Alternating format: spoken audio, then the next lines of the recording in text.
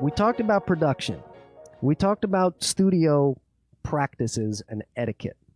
Now we're getting into instruments and equipment.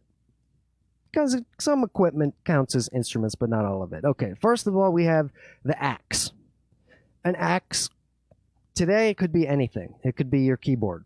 But an axe, back in the day, back in the early 1955, axe would refer to either a saxophone or a guitar. And axe kind of rhymes with sax.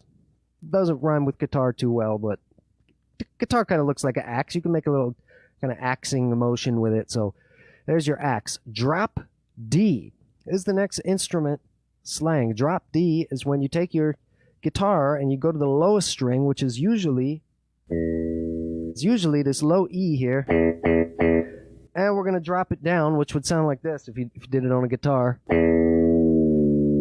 There it is. Now we're in drop D. Now luckily, since the keyboard is the most superior, amazing instrument, we don't actually have to retune our keys. So there's my drop D. I can just hit the D down here. So that's drop D. Whammy bar. If you're a great guitarist, you should have a whammy bar, at least one guitar that has a whammy bar. And the whammy bar is a little thing that does this. I'm not sure, like, it's a metal piece. It's a bar that kind of hangs, it sort of hangs out on the bottom of the guitar near the pickups. And it just sort of hangs there. And what you can do is you can push it and pull it, and it takes all 6 strings of the guitar and kind of bends them up and down. So that might sound like this. Whereas usually on a guitar, you can only really bend a note. You can really only bend a note maybe a half step, maybe about a fret worth, maybe 2 frets if you really want to take a risk breaking that string. So with a whammy bar, you can bend and stretch those notes way, way, way out of whack, and then your guitar will probably be out of tune. But you'll get a cool effect. We got dive bombs. We got lizards in your throat. Swapping pups, okay? This is a strictly guitarist thing here. Pups refer to the pickups that are those little things that sit underneath the string. It picks up the sound. So you can change the pickups. You can take them. You can reinstall them. You can turn the knob on the guitar and it changes the pickups. And pups is just a short for pickups. Next, we have pots. We have knobs. We have faders. Now, technically, all these are 3 different things, but they all kind of refer to the same thing. That's on the keyboard here. That's these trusty dusty little things here. These sort of knobs and gizmos and things. So this, you could call this a pot, I guess. I would call this a knob, though. This is more of a knob, and it does a variety of different things on a keyboard. Guitar, you have volume knob, tone knob. Generally, when people say faders, they're talking about the sliders that go up and down. Now you know the difference between a fader and a pot and a knob. Next, we have rigs. A rig could kind of be anything, any kind of equipment that you use to make your sound. So my rig involves a stand for the keyboard. It involves a speaker that the sound comes through. It involves a stand for that speaker as well. Any cables, any pedals, any effects.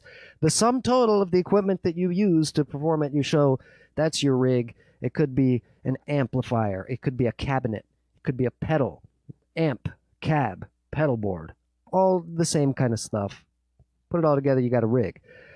Front of house. Front of house is a big stack of speakers that looks like this in front of a big venue performance. It's what the sound guy controls. It's the main speaker system for the band. Okay, it's the one that goes out to the audience. Usually a big stack of them. There's usually subs, which refers to the big fat ones on the bottom that make the bass sounds. And so there's your front of house. Next we have the monitors, which is the opposite of the front of house. Front of house goes forwards, the monitors goes backwards so that the band can hear themselves.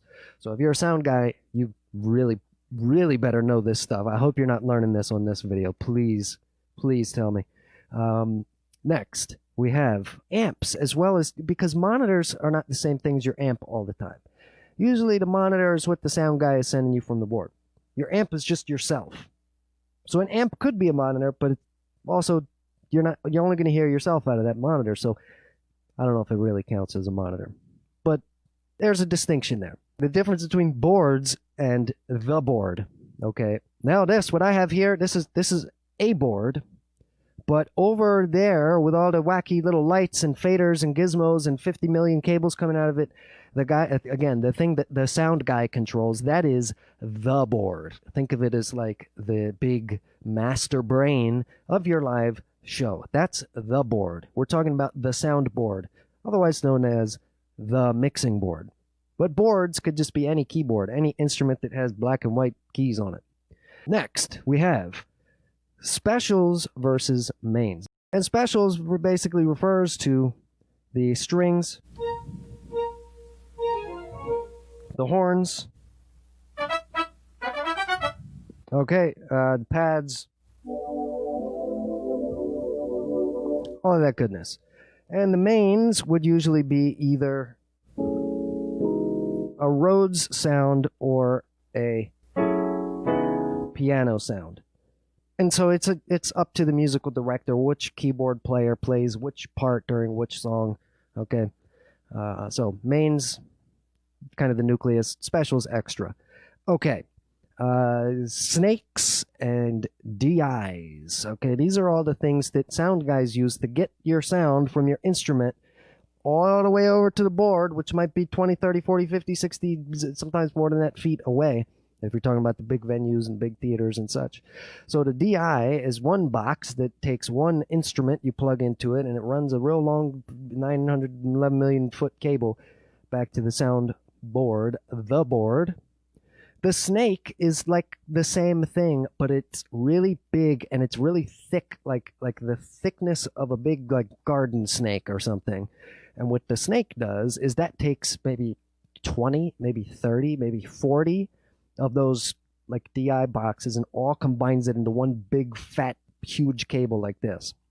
And so that's the snake. Usually you'll have the guys just all put into the snake, and then it runs one cable instead of, again, 50, 11 million cables going all the way across back through people's seats, and then they're tripping over cables and spilling drinks and dropping sharp objects onto your cable, and then all of a sudden your power goes out. No. Avoid that. Go get yourself a snake if you're a sound guy. You won't regret it. After the snakes, we have cables. A lot of different kind of cables. We got XLR cables. We got quarter-inch cables. We got RCA cables. We got speak-on cables. 1/8 inch. We got all kind of different cables. If you're into video and stuff, HDMI cables, USB cables, power cables. Don't say wires. I won't catch y'all and y'all saying wires. The wires is no. You don't say wires. That's amateur word. With power, we want to know the difference between a strip, which is several outlets in one box. Think of it like a snake, but for power. We have circuits, which are the main circuitry of the building. If you run too many things into one circuit, you're going to have a blackout. It's going to ruin your show. People are going to be mad. They're going to be upset. You're going to have to go to the fuse box and do all that. Grounding is something that we don't really have to worry about as much today, but grounding is something that has killed many people over the years, back in the 70s and 80s, when guys used to take that little, on the AC power cables, it looks like this, right?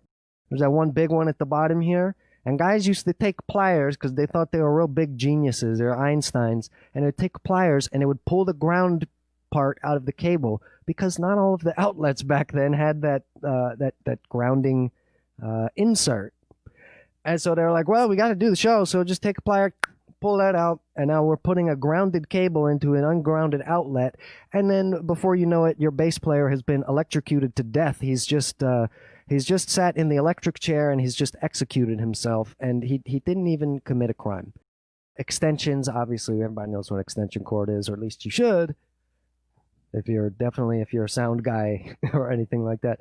Last thing we'll talk about here is stereo, mono, and mid-side. Stereo is talking about your two speakers on the left and right.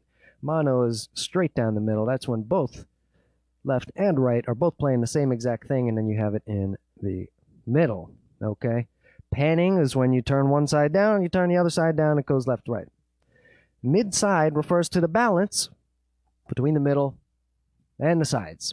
Okay? It sounds really simple, but you actually need a pretty advanced plug-in, pretty advanced circuitry to properly get an idea for what's in your mid channel versus what's actually on the sides. And what a mid-side mastering plugin will do is it will cancel out the middle, it will phase cancel it, and it'll tell you, okay, here's all the stuff that the middle does not have in common, and you can balance that and make your mix nice and big and wide, like out here, by pulling back the middle, or you can make it more compact and more in your face by turning down the sides more and putting it more dead center.